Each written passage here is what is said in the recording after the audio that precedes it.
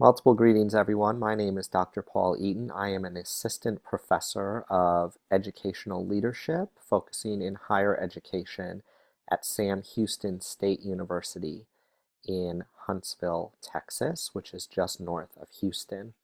And today, what I'm going to do is spend a little bit of time talking about my years as a student affairs educator, and specifically how I applied student development theory to practice. Um, I worked for 10 years in the field, and I worked primarily in new student transition programs, new student programs, and spent 7 years as a director of new student orientation programs at the University of Louisiana at Lafayette. And that's what I'm going to use today to sort of talk to you about how we applied theory to practice. So about my third year into being the director of orientation at UL Lafayette, we decided that we were going to start a student transition camp for incoming freshman students. And this is kind of in the tradition of spirit and tradition camps that happen in many institutions, particularly in the South, as well as in the tradition of kind of new student weekend programs that happen in lots of parts of the country, where you generally will take students away for a few days and work with them on leadership development, on school spirit, on community building, on preparing them for their transition into the university beyond what's offered at traditional orientation programs. So we decided to start a program at UL Lafayette. Ultimately, we ended up calling that program Soul Camp, and it is an acronym. SOUL is an acronym for Service, Outreach, Unity, and Leadership. So as we started planning this out and thinking about what were the aims and objectives, we always had in mind that we wanted to ensure that we were thinking about the application of student development theory to different aspects of the experiential program that we were putting together for the incoming students. So here's a couple of ways that we did that. First was that our university was very interested in helping to connect incoming students to the broader Lafayette community. So this is an issue of creating town-gown relations and ensuring that students who were coming to our university developed a good relationship with the broader community in which our university was situated. So we decided that for the first day of all of our camp experiences, we would engage incoming students in community service learning projects.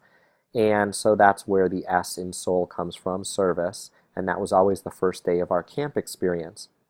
So we would partner with local nonprofits in the area to think about different types of service projects that had to be done in the Lafayette community. We would partner with the local school districts and also the private schools to get students into the K-12 system to work on different projects. And we would recruit faculty from across campus to serve as mentors throughout that day of service.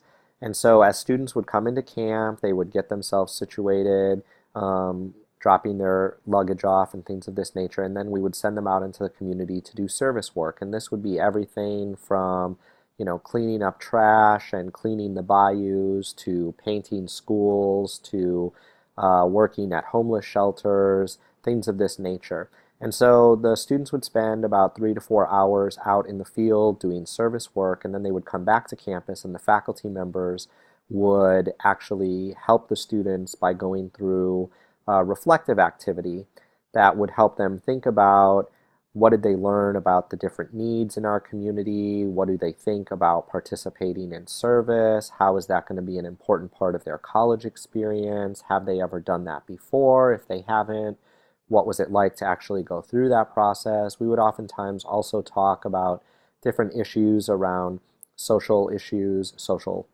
justice, for example, and why certain communities within Lafayette are in the position that they're in.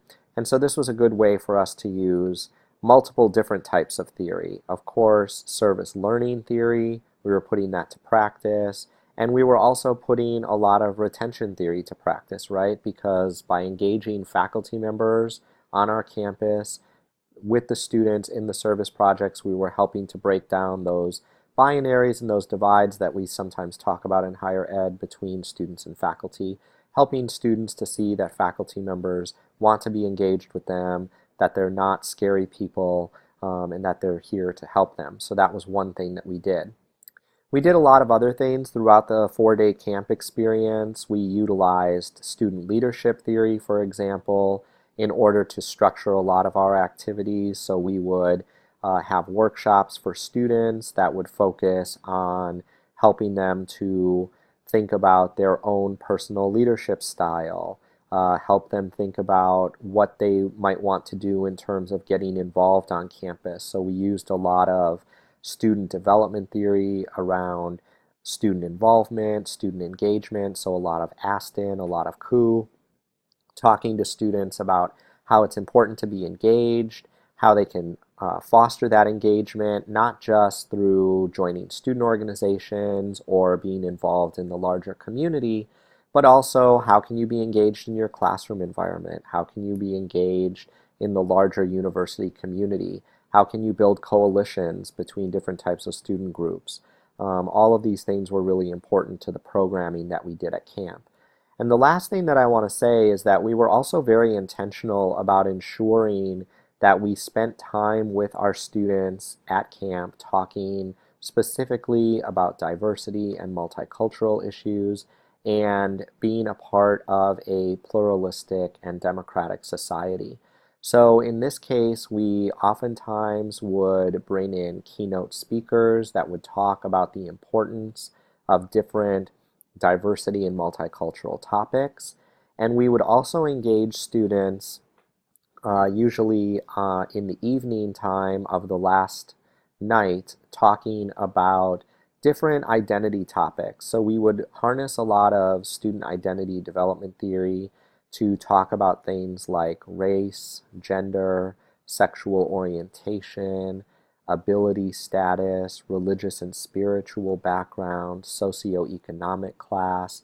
And this would happen in small groups. We would train our leaders to be able to facilitate some critical conversations, and we would have students actually examine some of their social identities, what they're bringing into the university community, and then talk in small groups about how what you are bringing into the university community enhances the learning environment, how it enhances our university community, and how it's an important part of the university experience. So we were always very intentional about that.